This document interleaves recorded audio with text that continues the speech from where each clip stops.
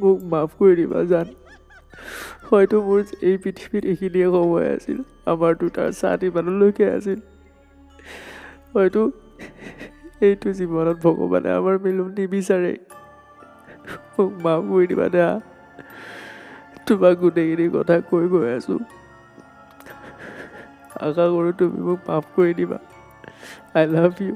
এনেকৈ আৰম্ভণিৰ পৰা শেষলৈকে তাৰ লগত যি ঘটনা ঘটিছিল সেই গোটেইবোৰ কথা মেছেজত টাইপ কৰি নিধিৰ মোবাইলত চেণ্ড কৰি দিলে আৰু শেষত ক'লে যে মই তোমাক বহুত ভাল পাওঁ আৰু সদায় পাই থাকিম, সদায় সুখী থাকিবা, গুড বাই।